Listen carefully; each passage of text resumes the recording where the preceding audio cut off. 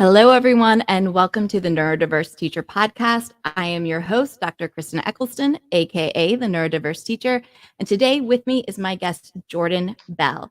Jordan is regularly sought after as an advisor, consultant, speaker, educator, and expert contributor in the areas of digital marketing, technology, automation, and startup management. Jordan is the CEO of Agency Bell, a digital advertising agency that leverages machine learning to build competitive advantages of high-budget digital brands. He has founded and launched several successful companies, consulted or advised startups in numerous industries, and has managed hundreds of millions of dollars in digital campaigns for Fortune-level companies. Jordan was recently featured as a coach and judge on season 4 of the Blox, a reality competition for entrepreneurs. And Jordan is an expert on advertising, digital agencies, automation, and entrepreneurship. He's a proud husband, father, and an avid musician. Well, welcome, Jordan, to the Neurodiverse Teacher Podcast. Thanks for having me on. I am really excited to have you. So I'm going to jump right in. And the first thing I have to say is your resume is incredibly impressive. So I kind of want to know a little bit more about you and how you got to that point. So would you mind telling me and my listeners, who were you when you were younger? Who was younger Jordan? What type of student were you? What did school look like for you? I'm gonna go at it from the angle of as a kind of person who was who got an ADHD diagnosis as an adult. I didn't really understand I didn't understand a lot when I was younger about why I operated the way that I did. But I was like I was in sports, music, so it'd be like choir, band, orchestra. So I was like the creative side of it was really great for me, but I did a lot of sports too. And then I was as a student, I was generally trying to like be trying to be like at least a B student. But I definitely experienced that area where like I loved math and I loved creativity, but then some subjects I would feel that difficulty of like my motivation. I wanted to be a great student, but my motivation on areas that weren't exciting to me was difficult. So I was kind of a weird egg where like even by my senior year, I was like missing as much you can get away I could get away with this a lot more in the past, but I would miss as much class on topics that I didn't like, even though I would do the homework and I would try to like get a good grade in it. But I would spend my time like I would go to the auditorium and I would like try to learn something on piano that was usually like too hard for me. Because I would have difficulty like sitting in class and listening to it. And so I wanted to do a lot of things, and my attention was everywhere. And so that was kind of like a very pleasing experience. And then I would get this feeling like, do I really need to be an A student in something? Do I really need to, if a topic wasn't passionate about it, I just wanted to learn enough about it and then spend as much time as I could without getting expelled. Focus, like just working on things that were of interest to me. I'd be like the only person in the band room in the back, like not like, it wasn't like, going home and playing video games. Like I would just want to go and do something that was like stimulating for my interest or whatever. I wasn't still am a video game person, but I always, and this has never changed about me. I've always wanted to do that kind of stuff. So when I got to college, I wanted to use the time effectively. I was in a classical music program, and which was sort of geared towards music industry studies, but it had a classical component. I wanted to learn more classical music. Like learn classically, I guess, to be a better musician. And then I also I didn't like the business. I didn't think the business the business side of the music industry studies were enough. So I started their business administration program. So it was a Bachelor of Music and a Bachelor of Science. And this was very, very typical of me. I overloaded my classes. I did like, B's and A's, but I had a couple C's here and there. If I wasn't, I would do something like enough to get through it and get the credit. When I did APs before that, not to jump back, I would do like enough to get credit for like the AP history, the AP like math, but I wouldn't try to get the 5. I just wanted to go to the next thing. So college is the same way. I actually tapped out of my credits. I had to go home and finish some gen eds at a community college because I couldn't get financial aid anymore because they were like, you've taken too many credits. So it was very and I would like be in actually, one distinct choice that was interesting was I wanted to go as a percussionist. And it was one of the, it was in the Northeast. It was one of the country's better percussion studios. But the people in the studio were practicing 4 hours a day. And I didn't want to do that. I wanted to do lots of other things. So I had been a theater person and in like a show choir and stuff in high school. So I was like, I'll just do voice because they only practice 30 minutes a day, but you're getting a lot of the same musicality and training. And so the benefits were there. So that was totally up my alley. I was waitlisted in percussion. I just went into voice instead. So I developed a good classical voice training. Still got my classical education, which I'm so happy about today. As more of a contemporary like style of interest in musician, it's having that background is really great. And then so after this, so I got to do all the hobbies that I wanted to do. I got to like work in the recording studio. I played in clubs. So, and it was fun. I got to be myself. And I was lastly on that topic, another thing that was very particular about me, like as growing up and like going to college, was I always felt a little different. So I would do things that were like not for the attention, but because I just wanted to like do something different that was fun. So I would like dye my hair all crazy colors. I would walk through the halls of this classical music school with like camo pants on and looking like I was in a hardcore band when I was in college, or excuse me, when I was in high school. So I'd walk through the halls and people like, who's this effer here? Like, what does he do? He's like, this is not how we operate, right? And so I constantly had a little bit of that judgment going on there, but I didn't care. I just wanted to do things that made me feel, I guess, I wanted to feel like normal and positive, and my version of normal was being individualistic, but not in a way that like gets in anyone's face. I just wanted to quietly be me and go through life, and that, to me, I didn't think about that before, but to me today, it makes a ton of sense as to why I did that.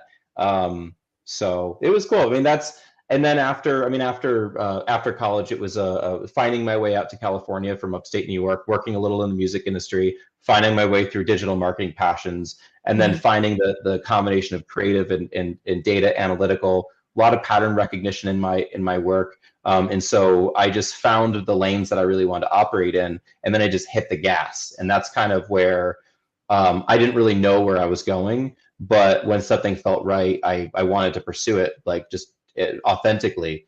And after a while, it was cool because I started developing a background and a resume of a lot of different things. But to be honest, where I'm going, a lot of people have a vision of where they're going. I have ideas, but I also know that it could absolutely change. And so if you were to ask me where exactly you're going, I don't fully know yet.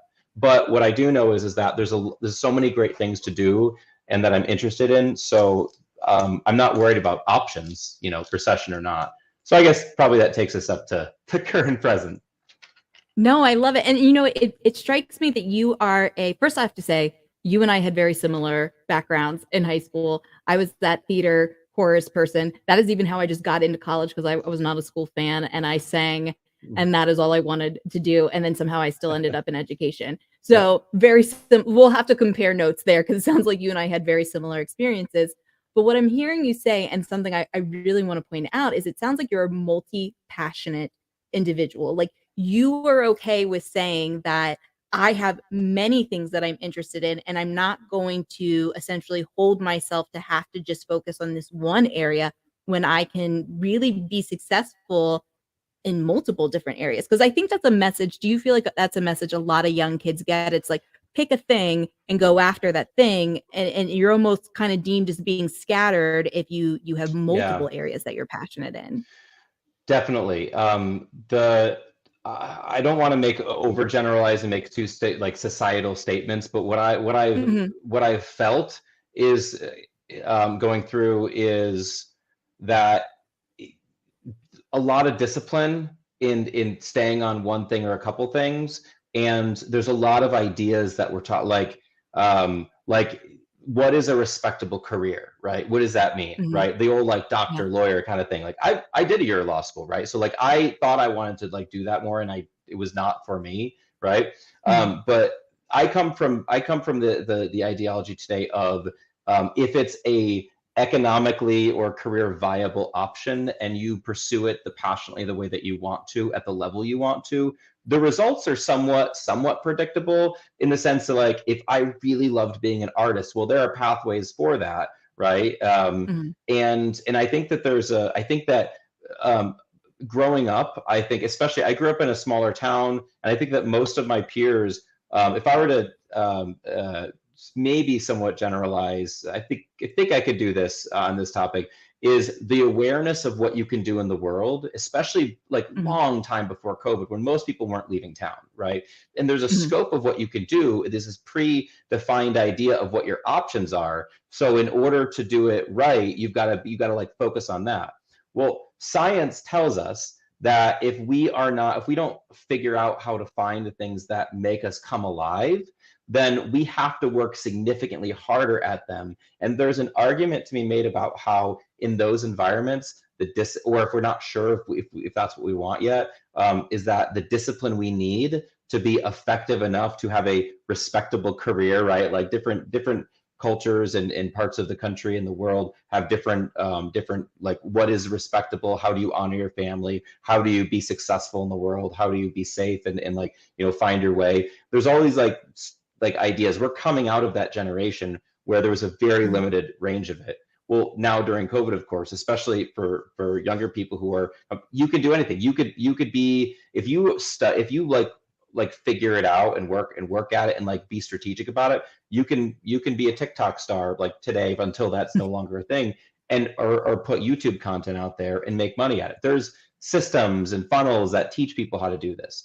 So I guess that's the that limiting view. Last thing on this one actually is I had a dear friend and colleague when I first came out to Los Angeles, which was say around 2009, 2009.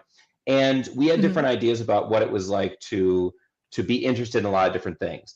I didn't want to stay in one spot long enough on a specific thing. I wanted to sample a lot of different types of disciplines if I was interested in it, because I knew that I would learn it faster. You get to that diminishing return sometimes of where you slow down. And now it's like that 80-20 rule, like the last 10 to 20% could be such a large amount of time to really become an expert at it. And the question is, should you?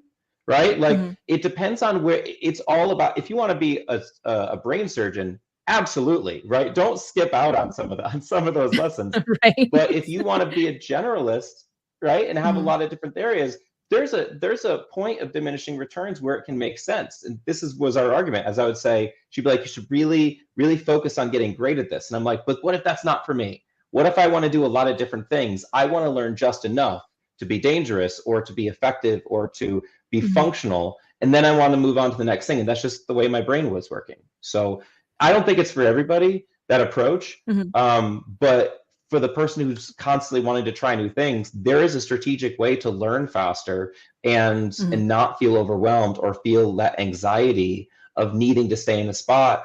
And that's, especially young people, I think can have a lot of difficulty knowing how to develop that confidence of knowing when to listen to that you need to be disciplined approach versus I want to explore. And does this fit into my path in life? Those are confusing questions to answer as growing up.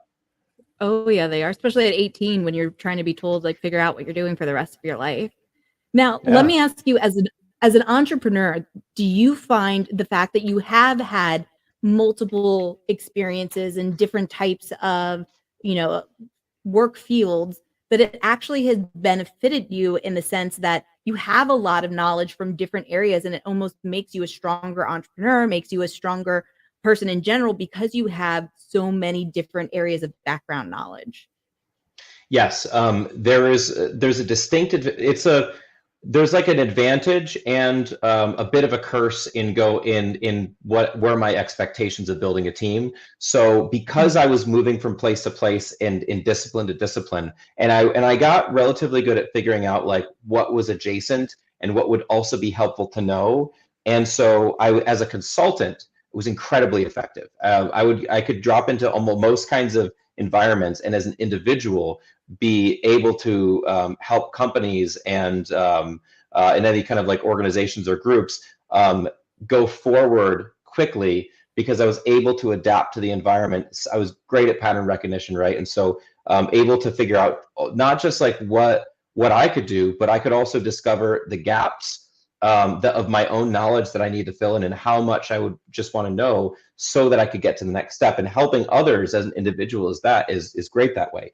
As a team leader and trying to build a team, it's incredibly difficult. And I would say that probably the greatest struggle was over the last few years. So I mentioned before, I'm in the early stages of discovery and working to see where and if I fall on the autism spectrum. And so this is actually a relatively new thing. I'm still working with a private doctor to figure that out. I did a lot of the testing, and so one of the things that I really think a lot about now is understanding ourselves and where our superpowers and kryptonite are is very important. But as I was building my company, especially during COVID, we had a lot of turnover. And I think there's a lot of reasons for that that I don't need to get into, like regarding work expectations, people who work 2 jobs, but when they say they only work 1. I ran into some of those challenges and didn't realize it until we were like far behind on projects. But when it came to building a team, what I didn't fully appreciate was this baseline understanding that my brain and how I think and operate and see the world is different than most people that I would hire. And that has been a very interesting journey. It's not, and I want to be very clear about this one. Like I see these things as different, not better, not worse.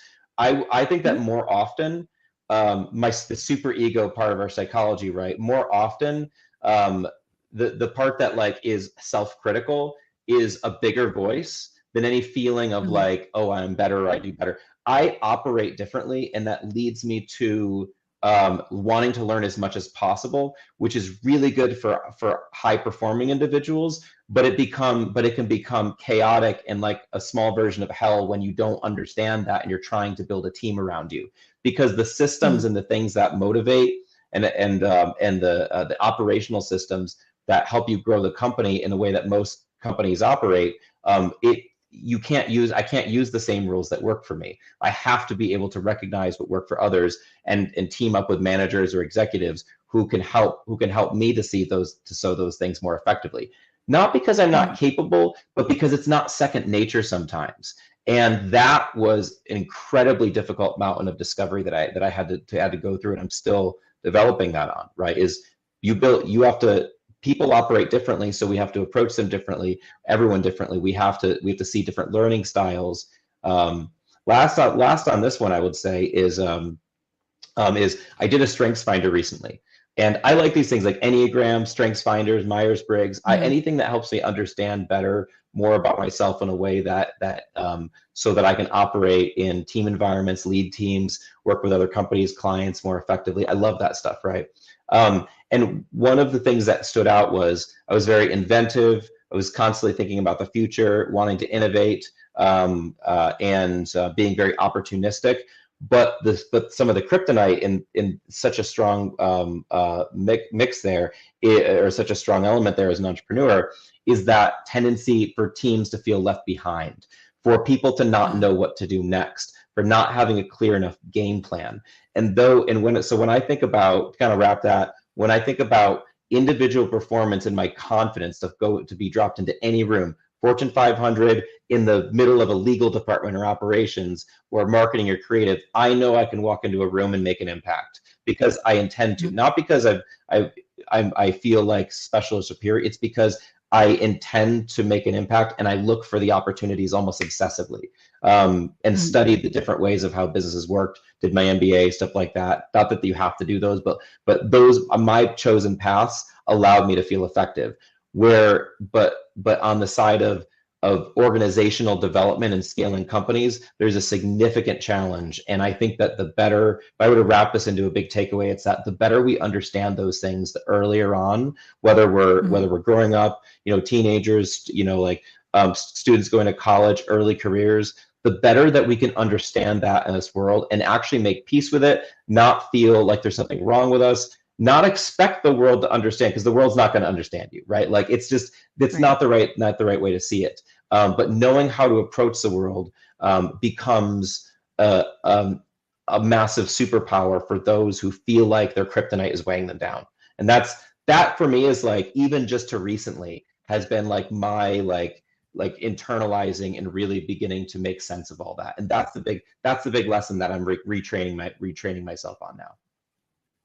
I love that. Well, let me ask you, in addition to that big lesson, as somebody who is multi-passionate, who is constantly wanting to learn, is constantly taking on new challenges, which is very common with people who are ADHD, but it's also very common with people with ADHD to kind of hit that burnout sometimes too, because we Yeah. want to learn so much, because we're constantly taking on more. And sometimes we don't even realize it's burnout or it's stress until we hit that wall. Is Yeah. that something you've ever had to experience, struggle with? And if so, what do you do now to kind of make sure that you don't hit to that point? A lot, way more. I mean, I hit the 80-hour, 90-hour work weeks during COVID. I have a 2-year-old son, you know, and like the balance. We were both working from home, right? My wife transitioned out of an advertising sales career, pursuing being an actor right now, and so our agreement has been around like, I'm going to keep running the business aside. She worked with me on it a little bit as she pursues the next version. But the balance with family, first off, having children is like the catalyst for things that you haven't figured out yet are going to come straight to the surface and punish you until you figure it out, right? And it's good. It's the most, I love being a parent. I'm constantly like, I want to be consistently be a better father and be more there. But one of the elements of the burnout, right, for me was wanting to do so many things. But like I said before, like needing to build and structure the team and make sure that there's always alignment, always like we're always on the similar path. There's the right project management support, that going so fast but being able to effectively lead and making sure we have the right support systems, operations, the right tracking in place, especially in a remote environment where I'm not in person with it. Some people I work with never met in person, and we just do video and stuff. So the constant interest, especially starting something but not finishing it, and then it's still being out there. Like I can have a messy desk in a room and that be okay. I sequester myself to like the corner office, but try to keep the rest of the house, because I'm not the only one who lives here. But try to keep the rest of the house good. But starting so many things and then staying organized and getting to a place where you can delegate it, or I can delegate it, pass it off, or just finish it, can be such a difficult exercise. And eventually that queue gets so large and it's easy to start getting disorganized. So those type of like those executive functional skills that we call like the executive function skills, right? Like not like the like the I'm an executive of a company, but just those kinds of organizational skills. I have some superpowers, some kryptonite there as well. And especially when someone depends on me. And so what happens is I forget things, but I don't mean to forget them, but somebody else was counting on me, right? Like in family or work and stuff. And then I feel embarrassed. I feel badly about it. I hyper focus on it, right? The hyper focusing for me is difficult sometimes, staying prioritized. And then when things need to happen, I'm in client services. So as an agency, so if I don't meet my promises and the promises that we made, that's very heavy. I take that hard, really, really hard. And so the biggest challenge at that point was learning how to walk back the promises, not be what we call, like I have a personal executive coach, and that's not being overpromised in so many areas in life, learning how to slow down and plan a little bit further ahead and know to say, I don't need to do this right now, which can be so difficult. Like, I want to do this now. I'm going to like go through everything. And then all of a sudden 10 other things that should have been done at that point or would have made life easier later weren't done. And then you're backed up against deadlines, times, expectations. Like I protect my time, like bath time with son and hanging out with wife and stuff and all that. Like protecting family time was making sure is a key step. But guess what? Work doesn't stop. So that becomes the fast punishment for not getting that together. Now I'm operating at a level where there's often not a lot of room for some of like the big mistakes there. And I set high expectations that are sometimes unreasonable for myself and backing those up. So I don't think that life has to be chaos, but I think that the pursuit of so many passionate things and goals, if not careful, is a burnout trap. And I was like intimately involved with burnout my relationship with Mhm. that topic was very unhealthy, very unhealthy. Yeah. Yeah, I suffer from the same thing. I'm very much that person who's like, "Oh, I don't have anything to do for 20 minutes. Let me start this new life adventure right now that is gonna, maybe I have time in Yeah. this moment, but not necessarily for the level that I'm taking it on." And I also think that Hmm. everything only takes me 5 minutes to complete. So if No. you ask me, "Hey, Yeah. can you do this?" Oh yeah, I can totally get this done for you today because in my mind it takes 5 minutes to do, not actually the 2 Yeah. hours because my hyperfixation time only feels like 5 minutes. In reality, 2 Yeah. hours go by. So Yeah. yes, Like estimating time, right? I struggle with that too. Mhm. It's hard. It is hard. I mean, time blindness is a real thing, but yeah, everything only takes 5 minutes for me. So I think it's Yeah. empowering when you hear from other people that okay, it's not just me. And so, have you had to come up with any kind of creative ways to that help you? I mean, you're wildly successful as an entrepreneur. You're passionate. So, what do you have to do that might be different because it works for you, for your brain? Um, I think you've shared that, sometimes then when you're working with people, you're not always aligned with them because your brain works differently. And I agree with you. When I talk about neurodiversity and neurotypical, I don't think one is better than the other. To me, they are both on the same playing field. It's just a matter of my brain processes and sees the world Yeah. this way. Your brain processes, I'm gonna hit my microphone, processes and sees the world Yeah. that way, right? Not one is better Yeah. than the other, but there are challenges when your Yeah. brains are not on the same page with one another. So how do you overcome some of those challenges when you're working with people? Yeah. This was a difficult lesson to learn, is that, and I think that I finally have like made a declaration for myself that I've like, okay, now I've accepted that the culmination of difficult experiences have led me to this lesson, perhaps like just more recently. And that is, um, I need to make my own systems to Mhm, function properly. If I buy into other systems and they don't naturally become are enough of a fit, my I get overwhelmed. Not like I can fit into a lot of different environments, but if it's a system in which that something important to me in life, a goal set out, is dependent on it going well, then mhm, fitting into another system, where a person may not have as clear of an understanding, not like I said, not that that's their job to, is a risk for me.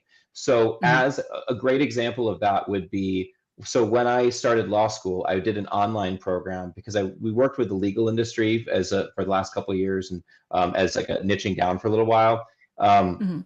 and so I thought, so I wanted to be more strategically involved, as be a strategic partner. So I wanted to go to law school for a little bit, but for a little bit, right? Like it's just a little like, hobby for a A while, right? weekend, Um, weekend away kind of thing. but 5 minutes, right? Just 5 minutes, right? Just 5 minutes. People are like, you're crazy. I'm like, oh, it just seems normal, right? Mhm, Obviously it is. It's a huge commitment.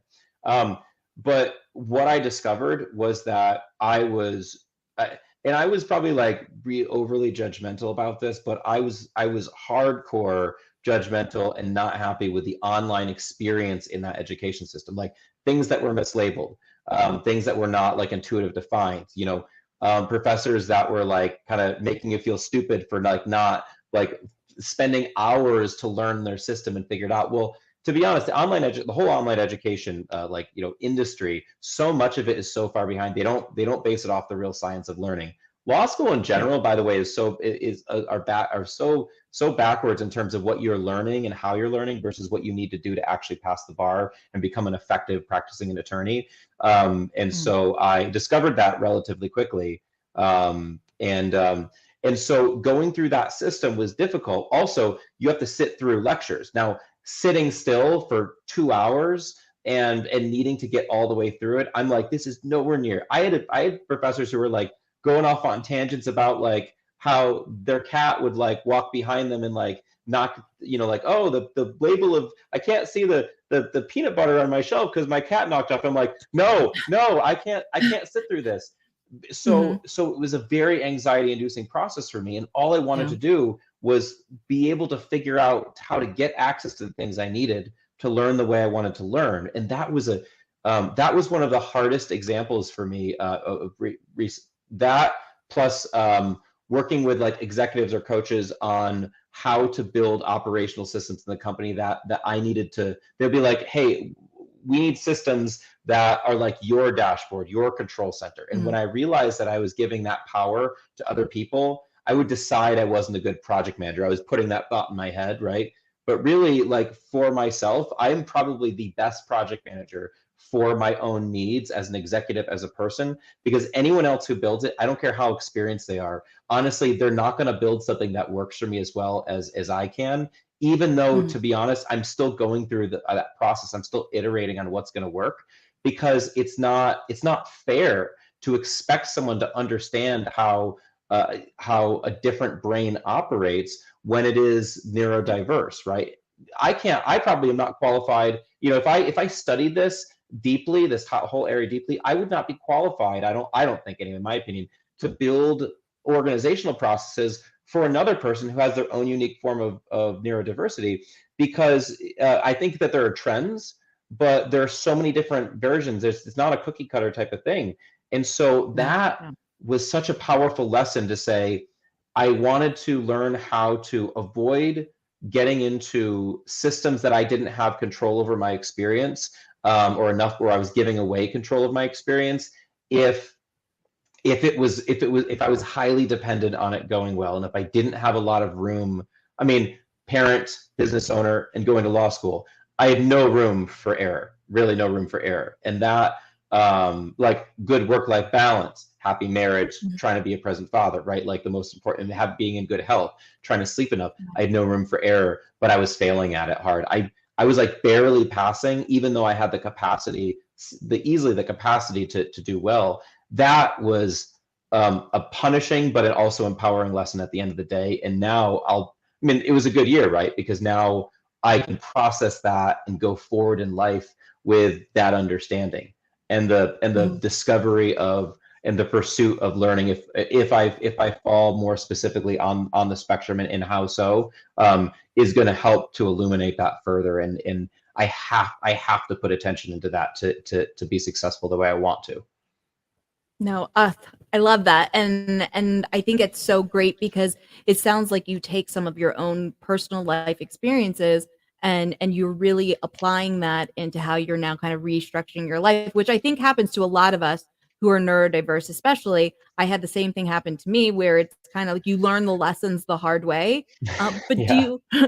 you definitely learn them the hard way, but then the struggle is trying to make sure that you're honoring those lessons, because I still struggle with that. And I don't know if you do, if Yeah. you still struggle to a degree. It's like, yes, I learned this lesson, I know it, I learned it the hard way, but you're still having to honor it, because it's almost like your natural inclination is to still take on all the things and still do the things that the way that you've done it.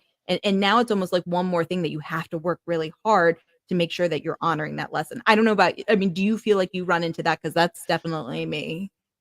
Yeah, constantly. I don't really know if that journey is going to end. You know, like Yeah, it's I don't think it so. does. So I've got a good example there. So in uh, I have like a list. I'm doing little things now and testing it out. Like I have like a list of topics of things that I want to talk about, right? So if I am like done with work and I come out back into the world, I open my office, I come back in, and then we're taking care of our son Jackson. I will want to tell my wife Victoria about all of the things in my head, right? And I just want to be like, oh, this and this and this and this and this and this and this, and she doesn't want to hear that, right? Like she's interested, but it's overwhelming, right? Like it's so learning about like the idea that, hey, people want to hear about things, but they don't want the highly technical laundry list of all of every single thing you experienced. And I, out of love, want to share. So figuring out, so little things like that. I mean, there's 100 little examples of things like that where, so I make a list of topics and go, okay, I start to organize. I still have like the digital sticky notes ever. And so I'm constantly consolidating. So eventually that will become easier and easier. I have little things where like, I send a link to myself on Slack and it like it automates and puts it into a list somewhere. And eventually, if it's important enough, I will organize it. But working away from everything it becomes focusing on trying to consolidate, focusing on the right things, keeping things available so I know where to find them, But that exercise is a constant development. And the better I get at that, the more I find that I have those forms of success. Like I've had more time to do vision planning. I have more time at that point, or I'm getting more time. I have more time with family. I feel less overwhelmed, and I understand better that one, not everybody needs to hear everything in my head that's at the moment that it's happening, right? That's confusing and experience for everybody. I also don't need to take care of everything at once, and so, but building my systems of how I'm going to get to those spots, and I'm going to have the urge, right? Like you said. So what makes it so that I don't have the urge? Well, there might need to be a process where I stop and I go, when do I need to do this? Is there a deadline for this? Does this, in reprioritizing those things and going back to it, at first I always thought that organizing lists and information felt like a waste of time. I didn't want to do it. I just want to fly through life at 90 miles an hour and just do whatever I want to do. Coming back around to the idea that I actually need to be tactical about it, and is why building systems now, little pattern systems like my to-do list, just getting things that I'm not going to lose a sheet of paper, but it's going to be on one list that I know I can go back to. One, if I could throw out a tech thing, Airtable has been a lifesaver for me because it's a relational database. I can connect things. I don't have to have the same thing written in multiple places. And I begin to have my list, and I label them, and I know how to get to them if I need them. Those kinds of tools, whether it's a tool, a technology, a process, an assistant, something, if for those who are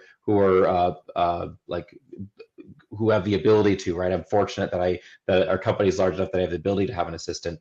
But still, it's all about like not listening to like, oh, this is the way you have to organize. The person wrote a blog and said the best way to organize in this. I'm like, no, there's no best way. The best way is the way that makes you feel less chaotic and makes you feel like you know how to find the things that you want, even if it's like in a pile in the corner, metaphorically or literally.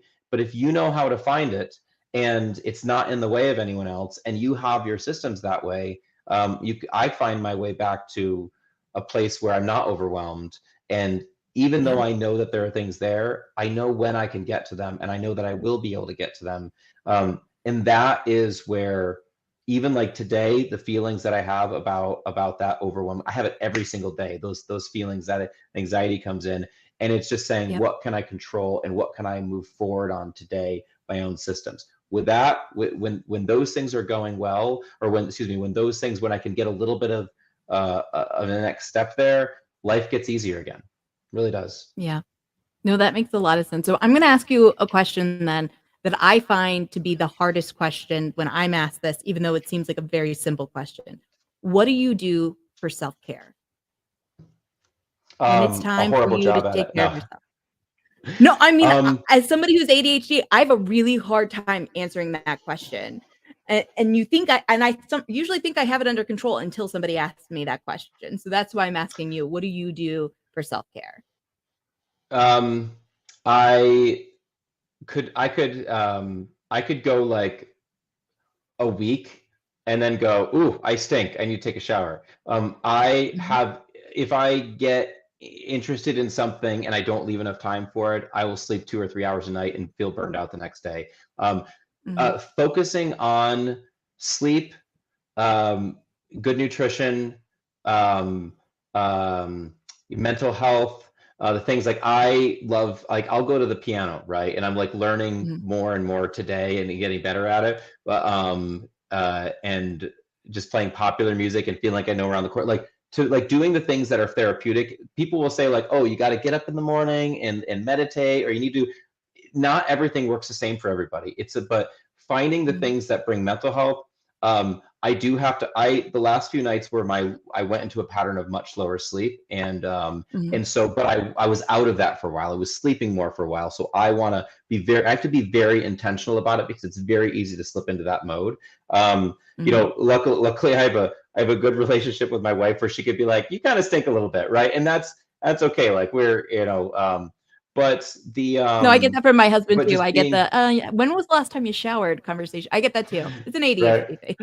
it's isn't it wonderful? Isn't it wonderful when our partners are like it's like the hey, you kind of stink, but I like it in a way, kind Yeah. of. But then if it's like too Yes. long, okay, hey, I love you. Go take care of that, right? Go shower. Yeah. Yeah. And so all of those kinds of self-care are, oh, actually one more is one that was an effective system was getting onto a meal delivery plan that Mhm. so I use I think it's trifecta, finding one that wasn't loaded with sodium, that was still balanced, that kind of met without feeling like this is the microwave meal that you can't have Mhm. for, you can't do this for 10 years because you'll develop, your body will punish you. But Mhm. finding things that mean that all of the little moments that I don't want to do, I don't want to cook my food. I don't want to do it. Yeah. And Yep. so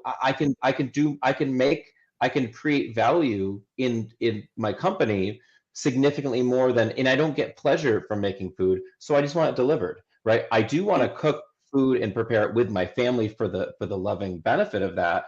But outside of that, left to my own devices, I would rip the top, eat it, and then just keep going. I don't stop and Mhm. have a lunch break.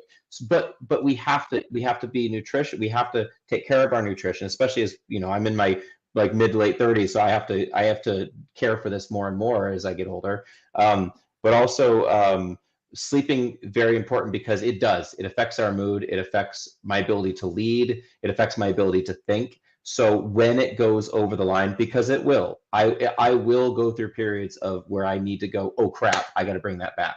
And it is a Yeah. much more intentional exercise. So, and those have to be systems. Like I have to plan effectively and cut out the meetings I don't need to be in to make room, because if I don't, I'm going to be up against a deadline, and I'm going to choose the deadline over sleep. And that is a vicious cycle that I have to Yes. protect my own walls against that.